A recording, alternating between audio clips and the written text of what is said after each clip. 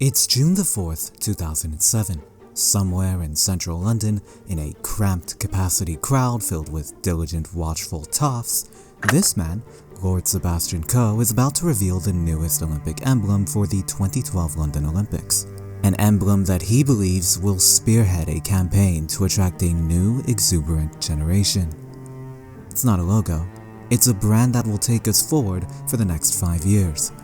However, within that 5-year stretch, this emblem, right here, would be filled to the brim with controversy. Controversy surrounding its design, its various hidden meanings, and its not-so-hidden resemblance to a sex act. Lots of cameras pointing at him as they laugh because he has no money because he spent all of it on a $14 billion sports day. But how did we get here?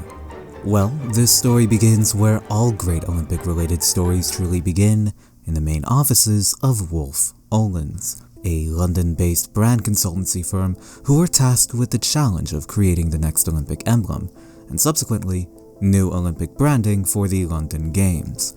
Now, Wolff Olins were no strangers with creating such brand identities. Their specialty was creating new corporate images for clients that included Skype, GE, UNICEF, and the Olympics themselves.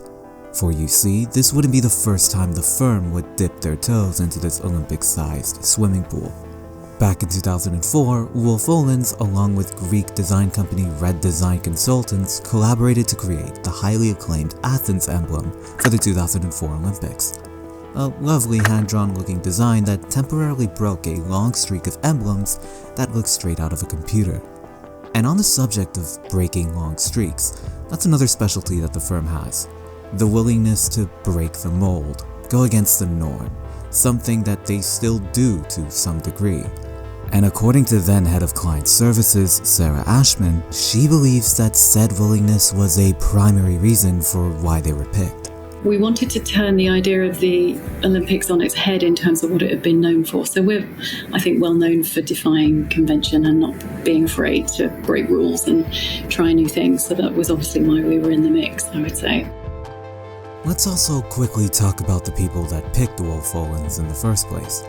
That would be the London Organizing Committee of the Olympic and Paralympic Games.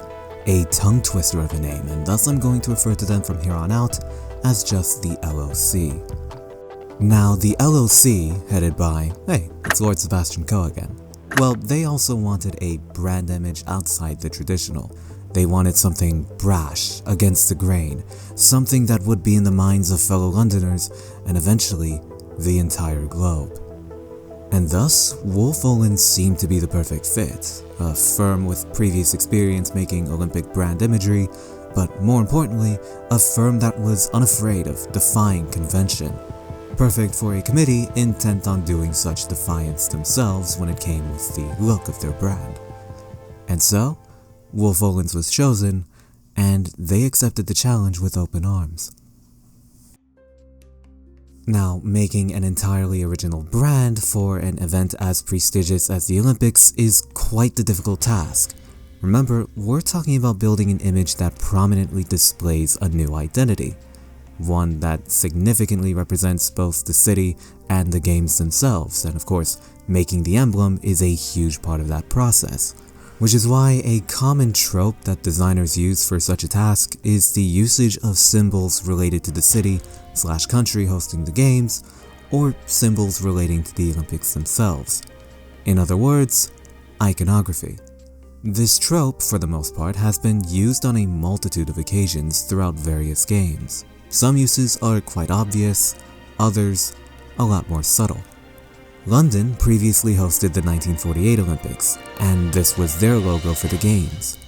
Even if I didn't just tell you who the host city was, I bet that you would have still been able to guess where the 1948 games took place. Needless to say, using local iconography for this sort of thing is basically like using a safety net. If all else fails, at least the emblem created has some semblance of symbolism that relates to the host city or the games themselves. It's a reliable way to start crafting a vision. And the LOC and Wolff Olins certainly had a shared vision. It's just that it was intent on cutting that net into shreds. London is really well known, so promoting London as a city to the world, perhaps there's not an awful lot of value in that because it's already a destination. So let's think about what else we could inspire. In other words, no iconography, which means no symbolism, which in this case means no Big Ben, no London Eye, no Dirty River, etc., etc. This also means no Olympic symbolism, with the exception of the rings, so no torch or flames, for example. This was a massive risk. Without using any form of London or Olympic-based symbolism, the team assigned with creating the brand needed to think outside of the box. But they also needed to stay within their box. Confused? Well, let me explain. Another unique challenge that came with this project was the sheer secrecy that came with it, and how those involved with the task at hand were effectively isolated. According to an article by Design Week, written to reminisce about the logo 10 years after the games, it goes into how the team involved worked on this project completely alone, locked in their own accord and away from the rest of the office, only meeting up as a group to discuss about the project during breakfast and lunch hours. Of course, the rest of the firm would cheer them on, but they were also not part of this endeavor, and thus they had no business knowing what was going on. While having some semblance of confidentiality wasn't that uncommon in Wolff Olins, confidentiality to this degree certainly was, and it of course had its cons. Sarah Ashman also features in this article, and regarding the secrecy of this project, mentions this: a big part of doing great creative work is to get to bounce ideas around. And in another quote, she states, obviously you'd love to grab a microphone and be able to tell the whole story. Of course, they couldn't bounce their ideas around in a normal manner, and they certainly couldn't tell their story. So what was being written between the lines? Well, for starters, the focus centered around the city's vibe, London's eclectic yet messy energy. Patrick Cox, the most senior designer involved in this project, summed it up best in that same Design Week article, referring to this ambitious outlook as "my beautiful, disobedient London." Focus also shifted towards the people of London, and in particular, the youth. Lord Sebastian Coe was actually very adamant about this particular element being part of the branding. He wanted it to engage and attract a younger generation, and thus a younger audience. This branding was meant to inspire. And the team themselves were getting inspired too, gradually making something that would be deemed fit to present. Now, I've mentioned already two specific groups in this story so far: Wolff Olins, the design firm, and the LOC, whose chairman was highly involved and highly optimistic with this project at hand. But if Wolff Olins wanted their vision to be firmly off the ground, then just having the head of the LOC be impressed by their work wasn't going to cut it. They needed to impress the higher-ups, which meant presenting their project to a wide variety of stakeholders and sponsors for the Olympics, which also meant getting the approval from the IOC. The International Olympic Committee, the IOC. These are the big guys in charge, and they, along with the aforementioned stakeholders and representatives, were going to make this task incredibly daunting. After all, the IOC are the ones responsible for organizing the games. They have a multitude of tasks, and finding the appropriate branding for the games is one of them. So gaining their approval would be massive indeed. Now, to be fair, the team tasked with presenting this project were also very well organized and very well prepared, willing to answer any and all questions from the stakeholders to the IOC in relation to the project itself.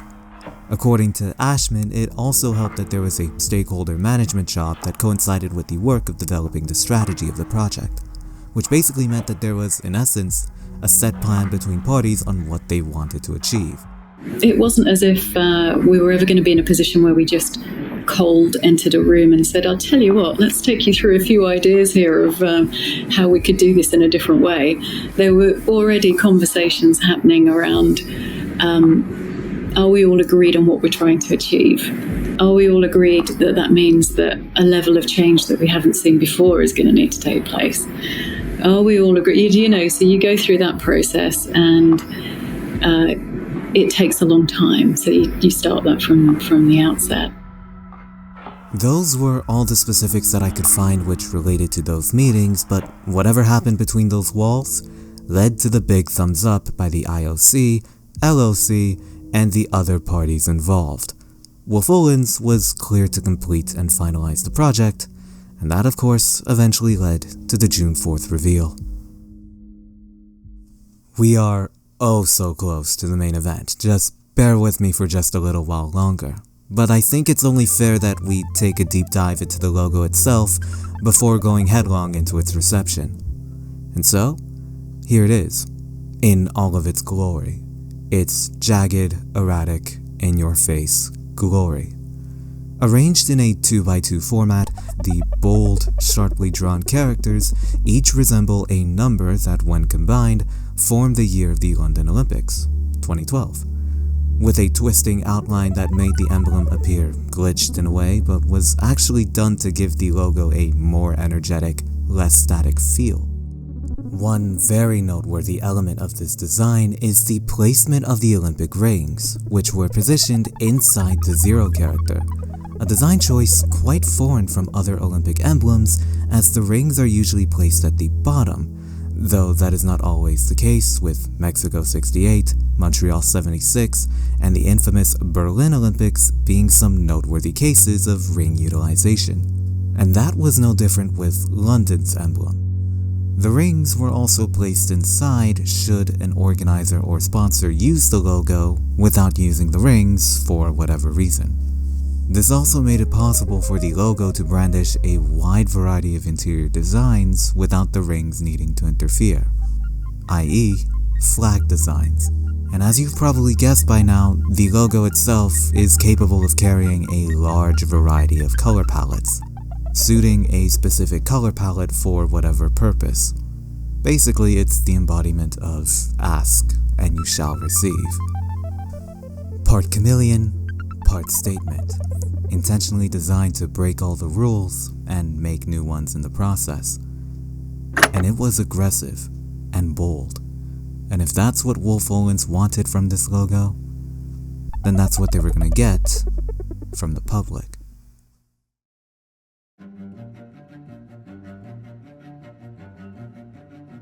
On the same day that the emblem was revealed, the BBC, in a now archived article, posted a write-up about the reveal of the logo. A write-up that also featured a poll that asked readers what they thought about the logo. When tallied, out of 10,188 votes, 9.51% voted gold, 4.87% voted for silver, 5.9% voted for bronze, and 79.69% voted for wooden spoon. The reception wasn't good.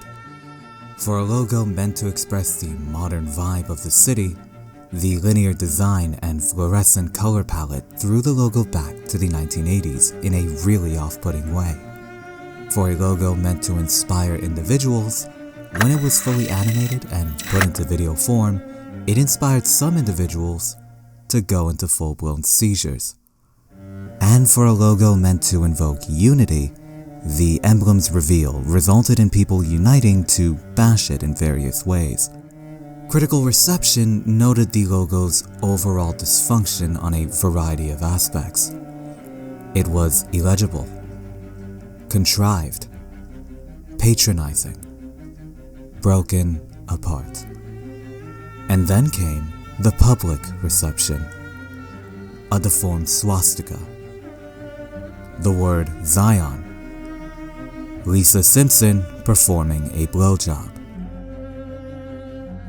While there were several other unique and creative comments, these three comparisons dominated the rest. And while the snarky comments directed to the logo were done to laugh at it, the comparison to the word Zion in particular nearly led to the boycott of the Iranian Olympic team. The cherry on top of this chocolate sundae, however, was the revelation of the amount of money that was spent to create the emblem. £400,000. According to Guinness World Records, this is still the most expensive Olympic logo ever made.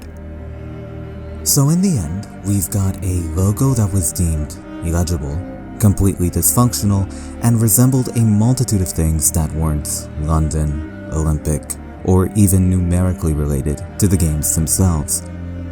And yet, despite all of this, in the eyes of its creators, this was perfect, and it was staying. Lord Sebastian Coe was adamant about the emblem's existence, defending it like how he defended his 1500-meter gold medal, with success. Eventually, as the games neared and years went by, the logo's hatred started to dwindle. But let's also remember that this emblem was revealed just as social media was starting to really gain its legs. And it just so happened that this emblem was also revealed just over 2 years after the invention of this God-forbidden site, where reactions of this logo were plastered in video form throughout the years. Ridiculous amount of money. It looks like Lisa Simpson performing a sex act. Once the Olympic Games actually occurred, the logo itself took a backseat role, obviously. It was still featured prominently in certain occasions, other times it was just background noise. And even as the games eventually ended and the overly dramatic reaction to the logo ended up becoming a figment of history, the emblem itself still remains very much alive. For starters, anyone who became an Olympic champion would have received a gold medal which prominently featured the London emblem. And then there's this, massive variations of the London 2012 logo that are still plastered all around England. But perhaps the most noteworthy element of this logo's legacy is its reception some 12 years later. In 2018, as part of their Design Focus series, the Olympic Channel made a video highlighting the 2012 emblem, and a majority of the comments under said video look like this, a far cry from its initial reception. And then there's this article. Published in 2016 by Aeon Design, this article ranks every Olympic emblem up until Tokyo 2020. Each of these logos were given a score out of 100, and the man responsible for said scoring was Milton Glasser, the graphic designer responsible for making the I Love New York logo. When it came to scoring the London emblem, he gave it an 80 out of 100. No doubt an arguably undeserving score, but one could also argue that it was the right one. In any event, his reasoning behind the score is as follows. Like all transgressions, this treatment causes controversy. As an assembly of forms, I find it unattractive, but because of its aggression, it persists in memory. And that is perhaps the best way to describe this logo. You could argue that it was ugly, and you could also argue that it was flawless, but you can't argue that it was controversial, because it simply was. And it might have been the most controversial one ever made, at least for the Olympics. No other logo has garnered the aggressive and sustained backlash that this one received. But to quote a certain Raw general manager, controversy creates cash, and it also creates memorability. This logo right here will be remembered for better or worse, perhaps as a badge of honor, or perhaps as something worthy in the bin. But one thing's for certain, it was just memorable. And perhaps that was its purpose the entire time. Thanks for watching. If you made it this far into the video, then I guess I did something right, and if that's the case, then the like and subscribe buttons are there for the taking if you enjoyed it that much. You don't have to click on either or, but if you do, then really, truly, thank you. Long format videos like these are going to occur more often on the channel, and the next one should be uploaded either by the end of the month or by early September. In any event, until then, I'll see you on the other side.